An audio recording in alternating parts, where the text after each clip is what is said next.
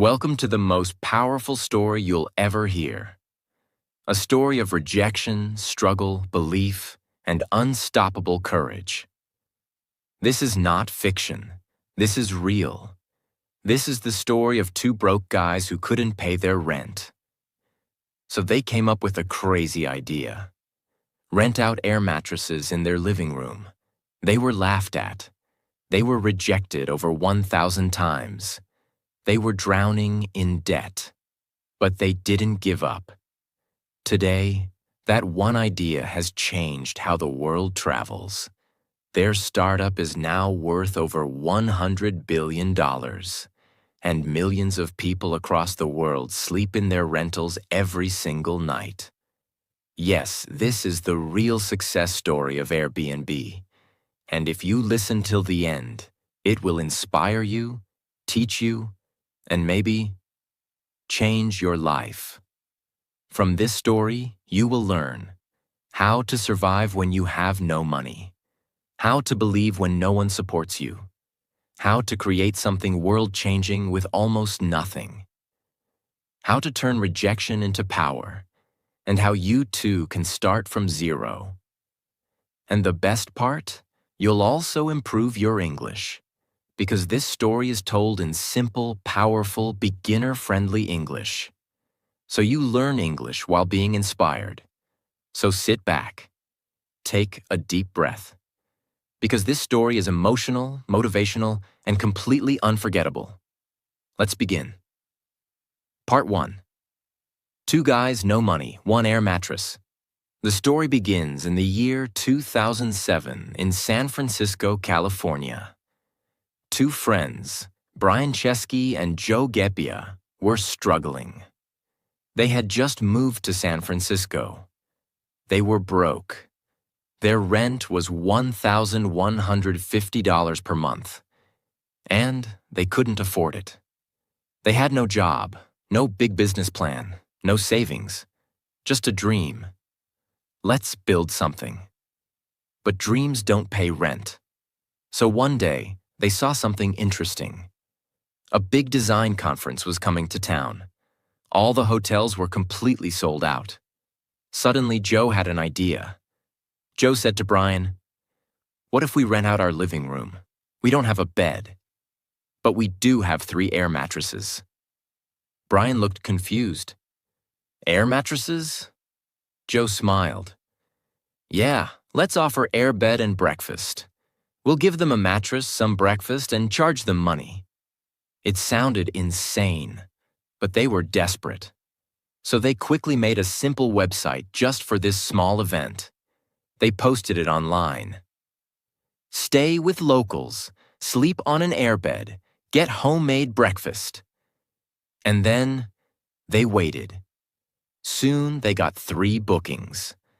One from a 30-year-old woman from Boston, another from a father from Utah, and one more from a digital artist from India. They were shocked.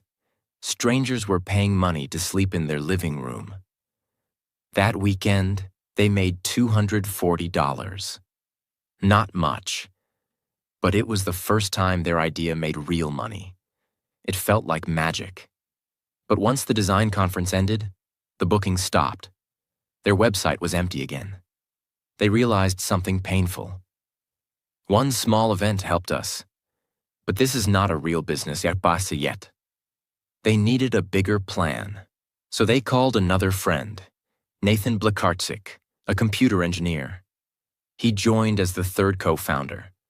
Together, the 3 of them began working seriously. They started thinking, what if we build a real platform where anyone, anywhere in the world, can rent out their home to travelers? A platform for hosts and guests, for extra income and cheaper travel. A new kind of travel experience.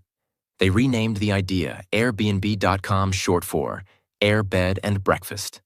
They launched the site, they uploaded listings, they improved the design. But there was one problem. Nobody was using it. 0 users, no bookings, no investors, no money. They were working day and night, but nothing was growing. They had credit card debt over $25,000. They were living on cereal and peanut butter. And one day, they hit rock bottom. Brian looked at Joe and said, "We need money, anything. Even $500 will help." It was 2008, election year in the US. Barack Obama versus John McCain. Joe, being a designer, got another wild idea. He designed limited edition cereal boxes. Obama O's, Cap'n McCain's. They filled them with cheap cereal, printed the boxes, and began selling them for $40 each to political fans.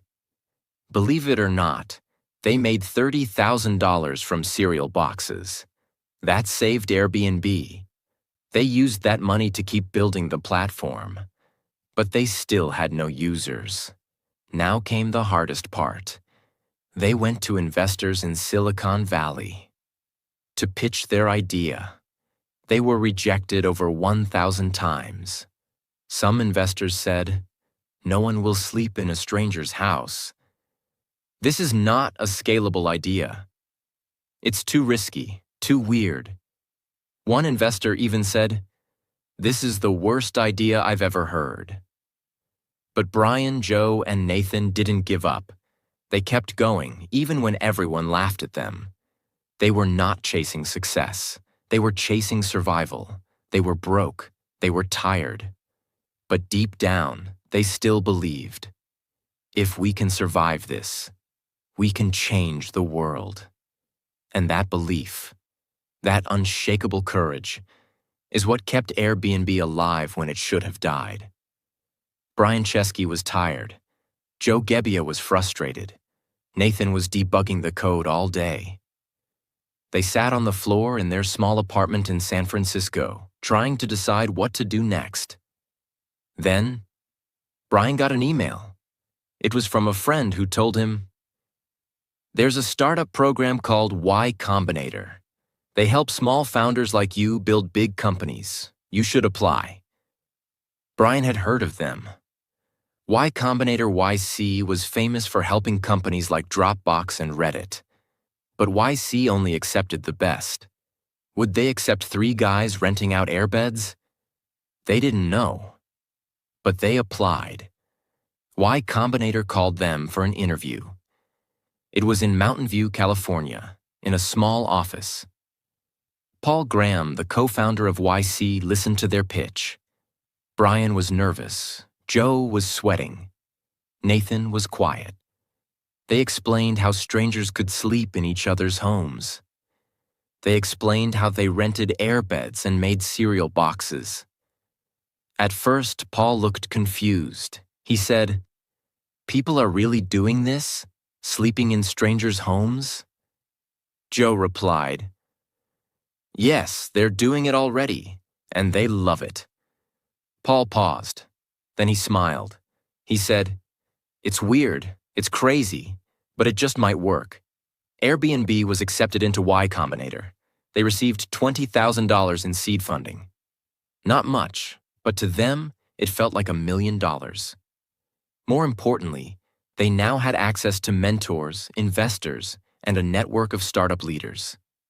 They finally had a chance. Not success, but a real chance. From January to March 2009, the Airbnb founders worked inside Y Combinator. They had 3 months to prove their idea could grow, 3 months to fix their product, find real users, and build trust. They worked day and night. They improved the website. They added better photos, reviews, profiles, and trust systems. They changed the whole feel of Airbnb. No more just airbeds. Now it was. Rent out any space, a bed, a room, even your whole house. And they focused on one city only, New York City. Brian and Joe flew to New York with almost no money. They found every Airbnb host in the city. They went door to door, meeting them in person. They took professional photos of each home. They sat down with hosts. They taught them how to write good descriptions. They explained how to build trust with guests. This was not digital. This was human. And it worked. Hosts felt respected. Guests saw better listings. Bookings slowly increased. Back in San Francisco, Nathan worked on the code. He built a booking system, payment gateway, and safety features. Meanwhile, in New York, Brian and Joe worked with users every day. Their strategy: if we can make Airbnb work in one city, we can repeat it everywhere. And slowly, it started to work. They went from 5 bookings a week to 20 bookings, then 100 bookings. Then something big happened. In March 2009, during Y Combinator's final presentation day, known as Demo Day, Airbnb pitched their idea to investors. They showed the growing number of users, real stories from New York, their new website, and a vision. One day, people will travel the world, not through hotels, but by staying with locals. Some investors were still unsure, but a few believed. They raised $600,000 in seed funding. Then a journalist from TechCrunch wrote an article. Airbnb, rent a couch, meet the world. That article exploded. It went viral. Suddenly, everyone was talking about Airbnb. With the new money and publicity, Airbnb began expanding. First New York, then Los Angeles, then Chicago, then Paris, London, Berlin. People in different countries began listing their homes. Travelers found cheaper, more unique places to stay. It was no longer just about saving money. It was about experience, about meeting locals, feeling at home in a foreign land. The community began to grow, not just a product, but a movement. Airbnb took a small commission from each booking, around 10% to 15%. As bookings grew, revenue exploded. They hired new people. They built customer service teams, safety protocols, and review systems. Still, they faced a big challenge. Can we make people trust strangers?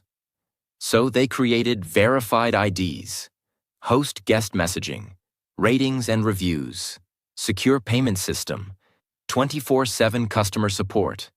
Trust became their brand, and with every booking, trust grew stronger. Not everything was perfect. In 2011, a host in San Francisco said her apartment was damaged badly by a guest. It was all over the news. People began asking, is Airbnb safe? The company acted fast. They apologized. They introduced $1 million host guarantee insurance. They showed the world that they cared. That moment could have killed Airbnb, but instead, it made them stronger. Airbnb started with an air mattress, then a design event, then cereal boxes, then 1,000 rejections, then a chance, and a breakthrough. Now they had real momentum. They were growing, people were joining, and the world was listening. But the real test was still ahead. Global expansion, regulations, big cities trying to ban them, hotels declaring war. Part 2. The battle to build a global brand. Airbnb was growing fast. Their platform was working. People were using it in cities all over the world. Hosts were opening their homes. Guests were booking nights in New York, Paris, London, Tokyo, Berlin. The idea of live like a local was no longer just a slogan. It was a global movement. But when you grow fast, you attract attention.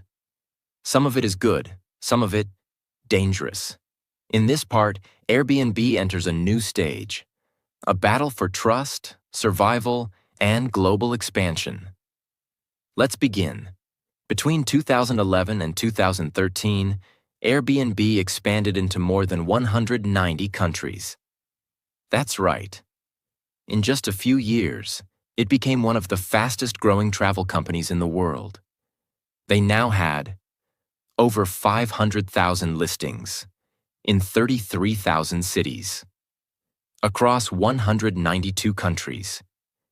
They opened offices in Paris, London, Berlin, Sydney, São Paulo, Beijing.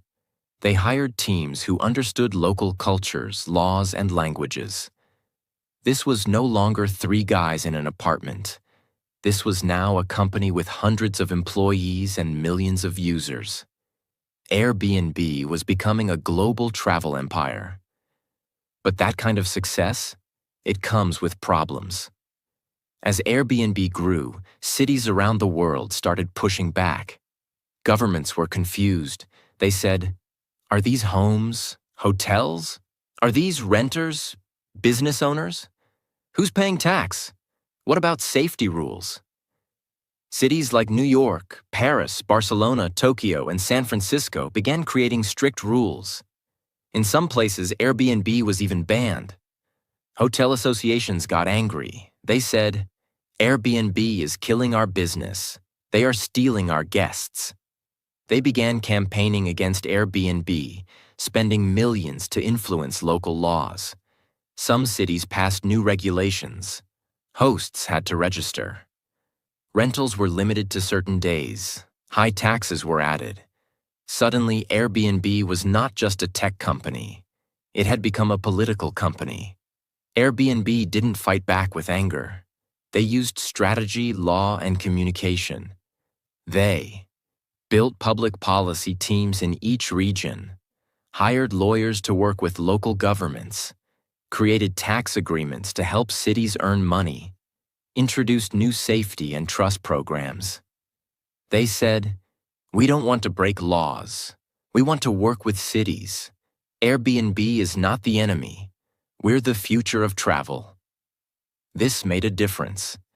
In many places, instead of being banned, Airbnb was accepted with new rules. While the legal battles continued, Airbnb focused on its most powerful weapon, the community. They began organizing meetups with hosts, workshops in local neighborhoods, success stories on YouTube, TV, and social media. They showed the world. Airbnb helps normal people make money. Single moms, retired couples, students, all earning income from their spare room. And it was true. Many people were surviving only because of Airbnb. This emotional connection became the heart of their brand.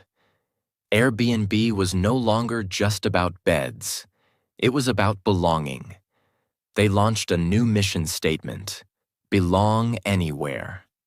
And people around the world began to believe in it. With growing users, global reach, and a strong brand, investors now saw Airbnb as the future of travel. From 2013 to 2015, Airbnb raised over $1.5 billion from big venture capital firms. The company's valuation jumped from $1 billion to $10 billion, to over $25 billion in just 2 years. That made Airbnb more valuable than most hotel chains, even though Airbnb didn't own a single building. Let that sink in. No hotels, no rooms, no buildings, just a website, a vision, and a community. That's the power of digital. That's the power of belief. Now that Airbnb had money, it wasn't just about homes anymore. They began offering experiences, cooking classes, bike tours, local adventures, luxury rentals, villas, castles, private islands, business travel options, insurance for hosts and guests, Airbnb Plus, high-quality verified homes. They even bought other companies, a design company for better user experience, a hotel booking site, a social travel company. Airbnb wanted to be the future of how we travel, live, and connect. And they were doing it. By 2016, Airbnb had hosted over 100 million guests. They had 2.5 million listings. They were in almost every country on Earth. They were on the covers of Forbes, Time magazine, and Wired. TV shows, news channels, travel blogs. Everyone was talking about them. They were no longer just a startup. They were a movement. But something was coming. Something no one expected. Something that would shake the travel world to its knees. Part 3. The crisis that nearly killed Airbnb. It was March 2020.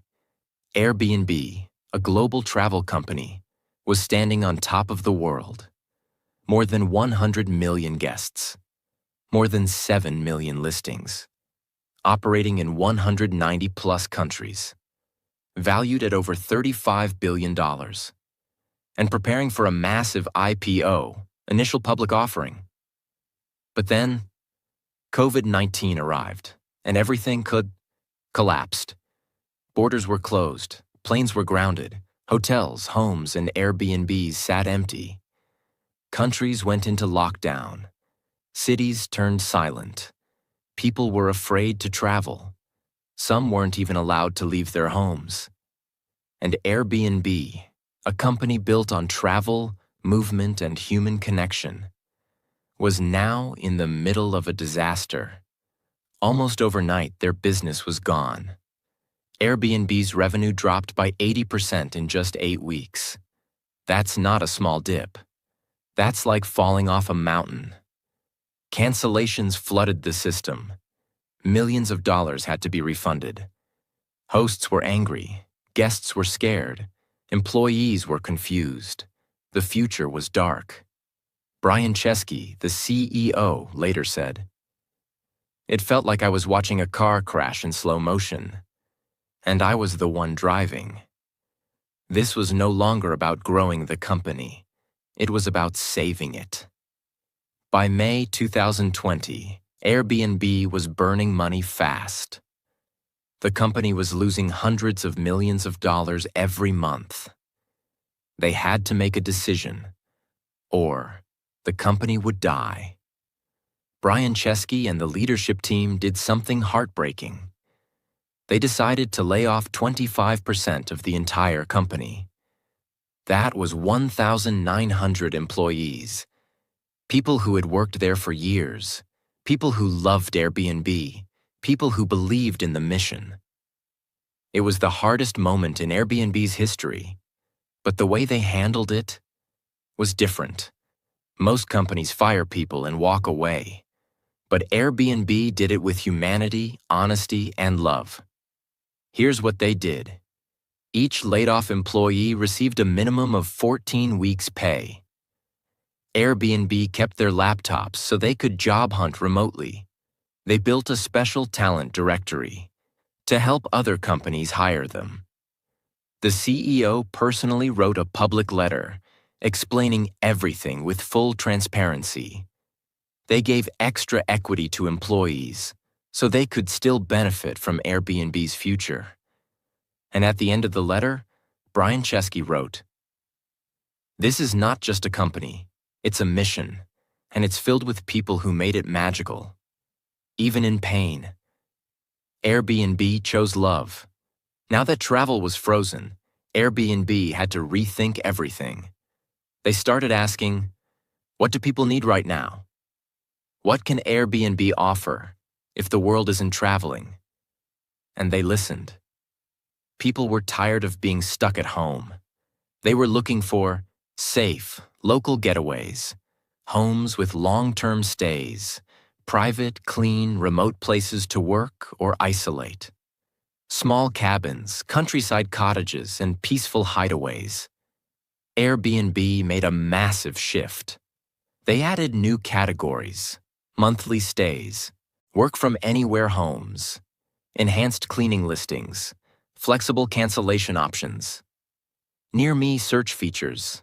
They also launched Airbnb online experiences, where people could join virtual cooking classes, music lessons, meditation sessions, and more from home.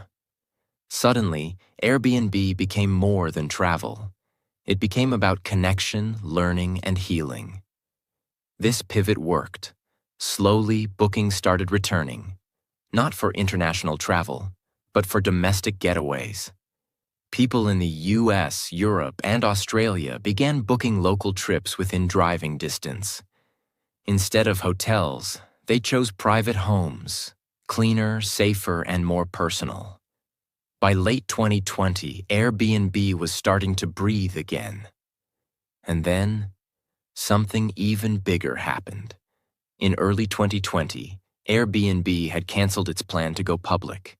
But now, after surviving the storm, they reopened that plan. In December 2020, Airbnb went public on the Nasdaq Stock Exchange. On the day of the IPO, Airbnb's shares were priced at $68 per share. But the stock opened at $146 per share. The company was instantly worth over $100 billion. That made it the biggest IPO of the year and one of the biggest in tech history. People couldn't believe it. Just 8 months earlier, Airbnb was collapsing. Now, it had become a $100+ billion comeback story. After the IPO, Airbnb didn't lose its heart. They doubled down on their mission: to help anyone feel like they belong, anywhere in the world. They began investing in hosts with better support, tools, and training. Safety with 24/7 support, identity checks, and community standards. Sustainability, encouraging green living and eco-friendly travel. Accessibility, making travel possible for all abilities and ages. They also created a host endowment fund to give money back to the host community over time. Airbnb was no longer just about homes. It was about hope.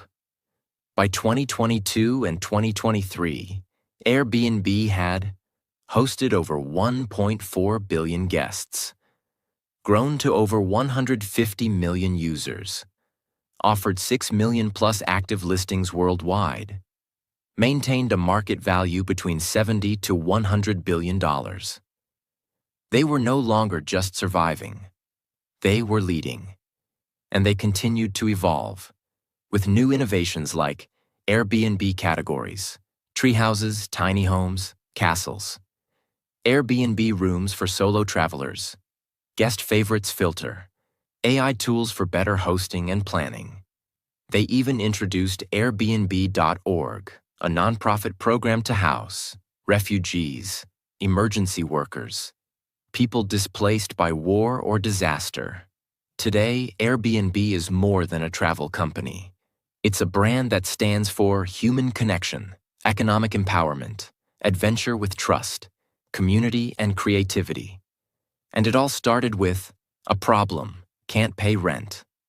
A crazy idea: air mattresses. A rejected startup, 1,000 times. And an unbreakable belief: their journey is not finished.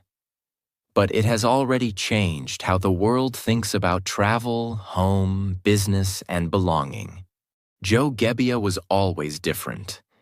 Even as a child growing up in Atlanta, Georgia, he was obsessed with design and creativity.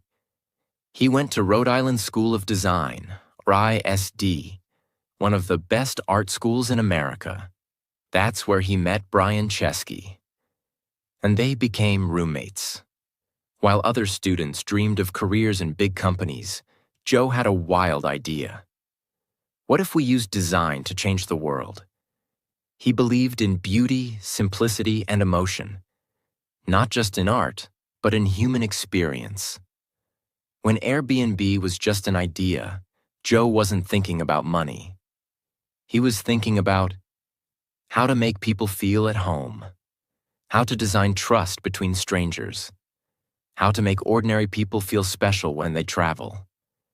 He used his design thinking to shape Airbnb's logo, the website's simplicity, the colors, images, and flow, the emotional connection behind Belong Anywhere.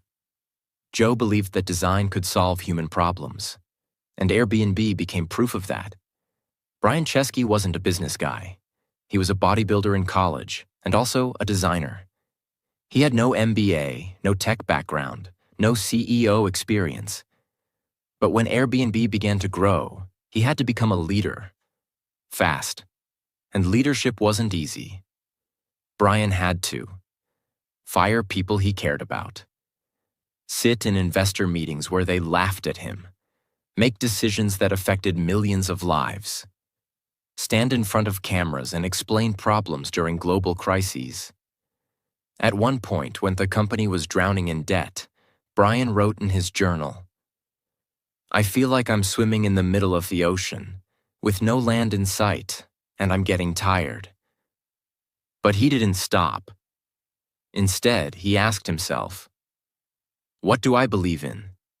And the answer was simple. I believe people are good. I believe travel is magic. I believe the world becomes better when strangers meet and share. That belief made him the kind of leader money can't buy. Today, Brian is still the CEO, and he still signs every letter to the Airbnb community with the same 2 words: with love. While Brian and Joe were meeting people, pitching ideas, and speaking on stages, there was one man sitting quietly in the background, Nathan Bleharczyk. He was the technical co-founder, the one who built the platform from scratch. Nathan started coding when he was a teenager. He once built a software business in high school that made $1,000 per month, just for fun. He went to Harvard University but never chased big company jobs. He believed in building things that work, not just talking about them. At Airbnb, he created the early website, built the booking system, designed the payment structure, helped Airbnb expand into China and Asia. He never liked the spotlight, but without him, Airbnb would have collapsed. Nathan shows us a powerful truth.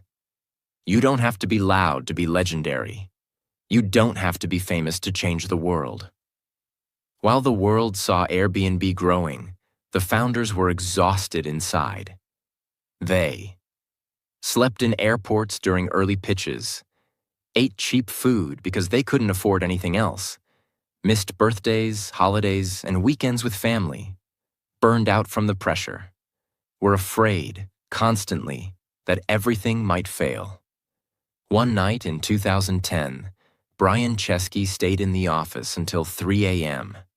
He was answering emails personally from angry users and confused guests. When someone asked him, "Why don't you sleep?"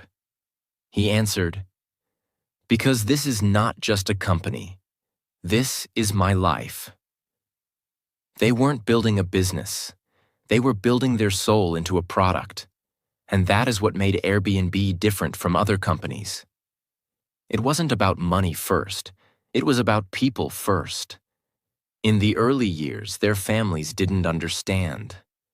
Joe's parents once said, "You went to art school to rent out airbeds? What are you doing with your life?" Brian's friends laughed. "You let strangers sleep in your house? Are you crazy?" Nathan's relatives thought he should work at Google. They faced embarrassment, doubt, financial stress, emotional confusion. They didn't party.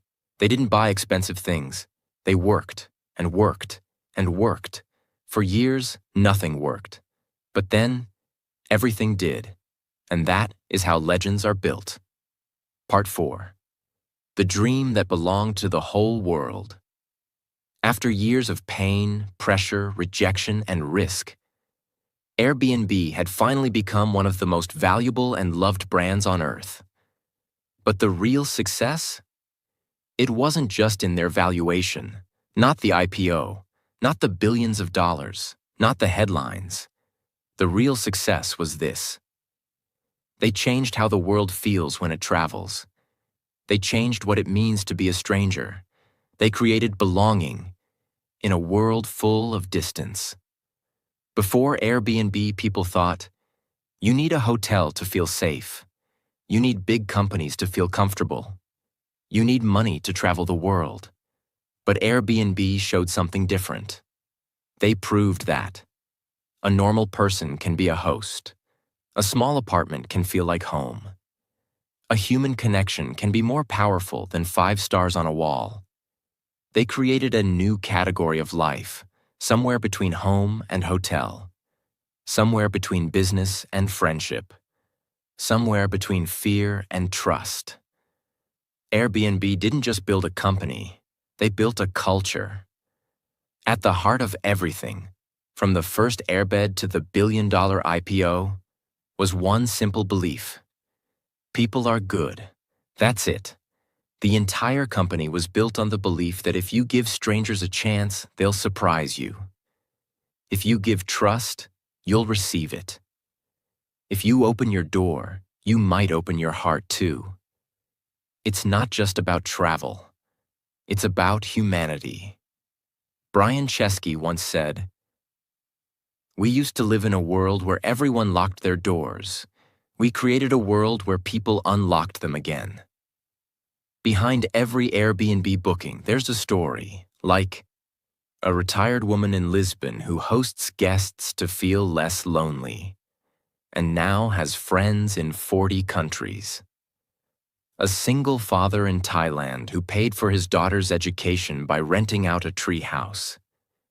A cancer survivor in the US who turned her home into a peaceful place for travelers and found new meaning in life. A refugee in Berlin who became a top-rated host and rebuilt his future through hospitality. These stories are not statistics. They are proof that Airbnb became a lifeline, not just a platform. When you sleep in someone's home, you enter their world. And when someone trusts you with their home, they enter your heart. This is how strangers became neighbors, and neighbors became family, and the world became smaller and kinder. Yes, Airbnb is worth over $100 billion. Yes, it has hosted over 1.5 billion guest arrivals. Yes, it operates in more than 220 countries and regions. But that's not what makes it valuable. What makes Airbnb priceless is this. It gave hope to broke artists. It gave income to struggling mothers. It gave adventure to scared solo travelers. It gave peace to lonely souls. It gave people a way to feel at home, anywhere on earth. That's not business, that's meaning. And meaning will always be more powerful than money. Years later, the founders often look back. Brian Chesky once said in an interview, "If Airbnb had failed, I think the world would have been okay, but I wouldn't have. Because Airbnb is not just something I built, it's something that built me." Joe Gebbia reflected, "Design taught me about beauty, but Airbnb taught me about people." And Nathan, the quiet one, said, "You can write perfect code, but in the end, it's the people who matter. And I'm glad I helped them connect." They all could have taken easier jobs. They all could have quit during the cereal box phase, or after 1,000 rejections, or during the pandemic. But they didn't. Because the real product wasn't rooms. It was resilience. This is where the story becomes yours. Because this isn't just about 3 guys who built a startup. This is about you. Yes, you. Reading this right now. You who has an idea. You who wants to start something. You who's been rejected. You who's broke, tired, doubting, scared. You who thinks maybe you're not enough. Airbnb proves you are. You don't need perfect skills. You don't need big money. You don't need to wait for the right time. You just need an idea, a heart, a reason to begin, and the courage to keep going, even when no one believes. That's it. If you have that, you can build anything. You can change everything. You can take your version of an air mattress and turn it into something that touches the world. What made Airbnb go viral wasn't just their idea. It was their love. Love for people. Love for design. Love for problem solving. Love for travel. Love for storytelling. Love for every small host and curious guest. They cared. And that caring, that emotional fire, burned through rejection, poverty, failure, crisis, and chaos, until it became light for millions. That's what made them unstoppable. And if you carry that same love, if you put heart into your dream, no force in the world can stop you either. From a simple airbed to a $100 billion empire, this is not just a business story. It's a story about struggle, purpose, trust, and building a world where you don't have to be rich to feel at home. Now it belongs to you. This story is not just about business. It's not just about travel. And it's not just about three guys with a crazy idea. This is a story about you. Because Airbnb shows us something powerful. You can start with nothing and still change everything. You can be rejected 1,000 times and still win. You can sleep on the floor today and still build an empire tomorrow. You don't need money. You don't need a big team. You don't need to be perfect. You only need a small idea, a big heart, and the courage to keep going. When the world says no, and when you keep going, when you believe in people, when you build with love, the world will believe in you. 7 life-changing lessons from the Airbnb story. 1. Start small, very small. Even an air mattress can change your life. 2. Believe in your idea, even when no one else does. If they laugh, let them laugh. You build. 3. Solve a real problem. Airbnb worked because it helped people who had no place to stay. 4. Don't give up after rejection. They were rejected over 1,000 times. You're allowed to fail. You're not allowed to quit. 5. Build trust before profit. People don't buy from companies. They buy from people they trust. 6. Be human, always. During the crisis, Airbnb chose kindness over greed, and the world respected that. 7. Success is not about money. It's about meaning. Money grows, but meaning lasts forever. If you are watching this and you've ever felt lost, broke, not good enough, or like your dream is too small, remember this. Airbnb started with $0, 3 airbeds, and a problem. But what made it grow was heart. You have heart too. So don't stop. Build something. Believe. Begin. And one day, your story will inspire the world, just like this one did. Because you didn't just hear a story, you listened, you felt, you learned. And that's how your English grows. By using it to understand real stories, real people, and real dreams. If this story inspired you, please like the video, share it with someone who needs this, and subscribe for more powerful stories that will change your mindset and improve your English at the same time.